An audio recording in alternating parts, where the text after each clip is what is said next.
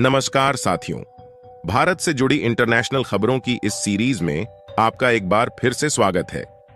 कुछ important highlight खबरों की बात करें तो बांग्लादेश में जो परिस्थितियां घटित हो रही हैं, इसने दुनिया भर के देशों का दिमाग हिलाकर रख दिया है। और बांग्लादेश में इस समय जो हालात चल रहे हैं, शायद इसके बारे में भारत को पहले से ही मालूम था। इसलिए भारत ने बांग्लादेश के चारों तरफ मिलिट्री बेस को बना रखा है और वहां पर अब लगातार भारत के द्वारा सेना भेजी जा रही है, जिससे इस समय बांग्लादेश चारों तरफ के बॉर्डर से भारत द्वारा घिर चुका है। फिर चाहे आसमान हो या फिर समुद्र या फिर जमीनी इलाका ही क्यों ना हो, इन सभी में भारत की मजबूत पकड़ बनी हुई है। इसके अलावा भारत भी शेख हसीना को अपने देश में शरण देकर बुरी तरीके से फंस चुका है, जिससे भारत और बांग्लादेश के बीच रिश्तों में दरार आ सकती है। क्योंकि जिस जहाज से शेख हसीना जी बांग्लादेश छोड़कर भारत में आई हुई है, वह जहाज भारत से वापस लौट चुका है, लेकिन शेख हसीना अभी भारत में ही टिकी हुई है, जिसके कारण बांग्लादेश के सुप्रीम कोर्ट बार एसोसिएशन की तरफ से भारत पर प्रेशर बनाया जा रहा है कि भारत बांग्लादेश की पूर्व पीएम शेख हसीना को गिरफ्तार करके उनके देश वापस भेजें। यानी कि इस समय भारत और बांग्लादेश के बीच जिस तरीके से हालात चल रहे हैं, इससे भारत पर कहीं ना कहीं बुरा इंपैक्ट पड़ रहा है।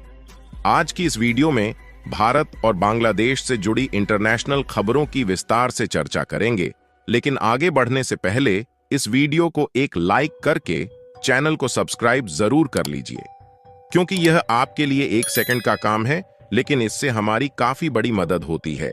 दरअसल इस समय देखा जाए तो भारत और बांग्लादेश के बीच 4096 किलोमीटर की जमीनी सीमा है और हाल ही में जिस तरीके से जियोपॉलिटिक्स में मेजर चेंज देखने को मिल रहा है और शेख हसीना जी भारत में आकर शरण ले चुकी है, उससे बांग्लादेश के लोगों में भारत के प्रति गुस्सा देखने को मिल रहा है।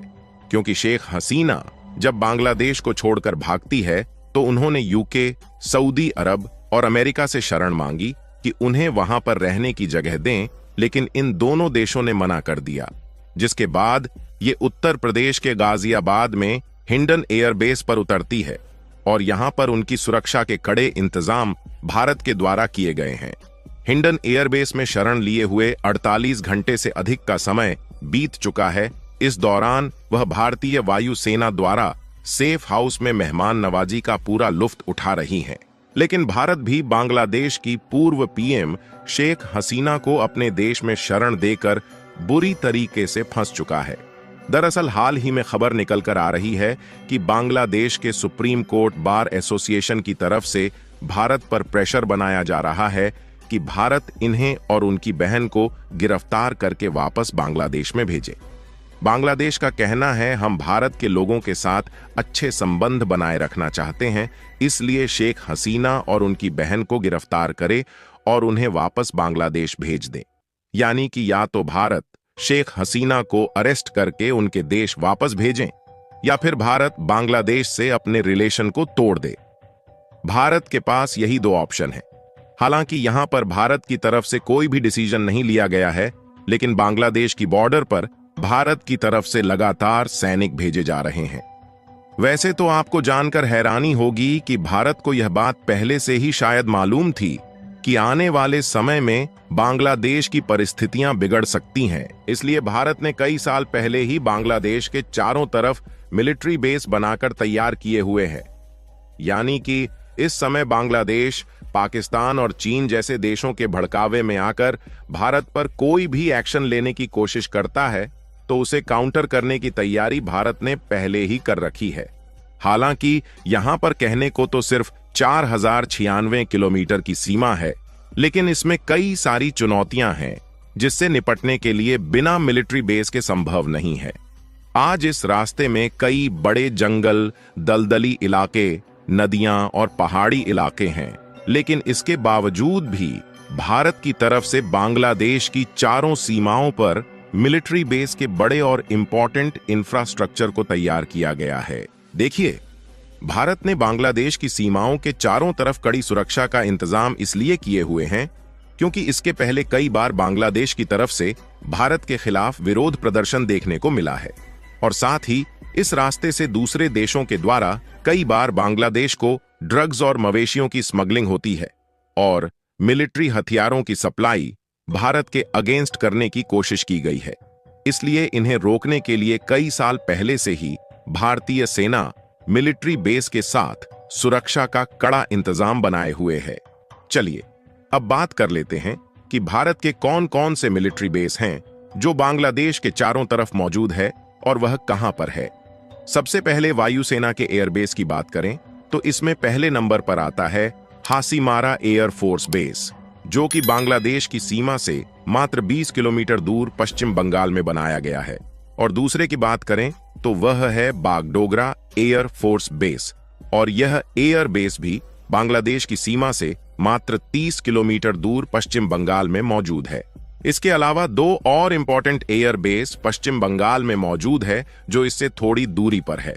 और यदि भारतीय थल सेना के जमीनी बेस पर नजर डाली जाए तो लगभग 6 एयर बेस ऐसे हैं जहां से भारत की आर्मी बॉर्डर पर कड़ी सुरक्षा दे रही है, जिसमें से लगभग 4 मिलिट्री बेस ऐसे हैं जो कि पश्चिम बंगाल से 10, 20 और 30 किलोमीटर दूरी पर बनाए गए हैं, जबकि मिस्सामारी और रांगिया नामक 2 आर्मी बेस ऐसे हैं जो कि भारत के असम में बनाए गए हैं और यह बांग्लादेश की सीमा से मात्र 10 किलोमीटर दूरी पर है। और यदि नौसेना बेस को देखा जाए तो बांग्लादेश के आसपास लगभग 4 नौसैनिक बेस मौजूद है, जिनमें से पहला है INS नेताजी सुभाष, जो कि बांग्लादेश से लगभग 200 किलोमीटर दूरी पर भारत के कोलकाता में बनाया गया है, और दूसरा है INS पारादीप, जो कि लगभग 400 किलोमीटर दूरी पर है और यह भारत के उड़ीसा में मौजूद है। और बाकी के 2 नौसैनिक बेस अंडमान निकोबार और तमिलनाडु में बनाए गए हैं, जो कि बांग्लादेश से 1200 किलोमीटर दूरी पर है। हालांकि इन सब के अलावा और 3 नौसैनिक बेस आते हैं जो कि बांग्लादेश पर हमला कर सकते हैं, जिनमें विशाखापट्टनम, चेन्नई और एन्नोर नेवल बेस शामिल है। और ऑलरेडी BSF को भारत की तरफ से अलर्ट जारी कर दिया गया है, जिससे अलग अलग राज्य की सेना बांग्लादेश की सीमा की तरफ तैनात है। और इस रिपोर्ट को देखें तो इसमें साफ साफ बताया गया है कि बांग्लादेश के लगभग 500 लोगों ने भारत में एंट्री करने की कोशिश की, लेकिन भारत की बॉर्डर सिक्योरिटी फोर्स की तरफ से उन्हें वापस लौटा दिया गया है। यानी कि देखा जाए तो बांग्लादेश के लोग भारत में किसी न किसी तरीके से घुसपैठ करने की कोशिश कर रहे हैं। फिलहाल भारत की तरफ से तनिक भी ढिलवाई नहीं की जा रही है, लेकिन यदि इसके बावजूद भी बांग्लादेश के चरमपंथी ग्रुप किसी तरीके की गलत हरकत करने की कोशिश करते हैं तो अंजाम बहुत बुरे देखने को मिल सकते हैं। और कुछ एक्सपर्ट का मानना है कि बांग्लादेश को अलग अलग देश भी भारत के खिलाफ भड़का सकते हैं ताकि भारत से बांग्लादेश के रिलेशंस बिगड़ जाए। और कुछ एक्सपर्ट का तो यह भी मानना है कि भारत ने जिस तरीके की तैयारी कर रखी है, इससे भारत को शायद पहले से ही मालूम था कि आगे चलकर बांग्लादेश के साथ यह घटनाएं घटित होने वाली हैं। बाकी आपको क्या लगता है कि बांग्लादेश और भारत के बीच के संबंध दोबारा से ठीक होने वाले हैं या नहीं? अपनी राय कमेंट में जरूर बताएं, क्योंकि बांग्लादेश में जो हालात चल रहे हैं इससे भारत का व्यापार बांग्लादेश में ठप हो गया है और इंडियन मैन्युफैक्चर का घाटा हो रहा है।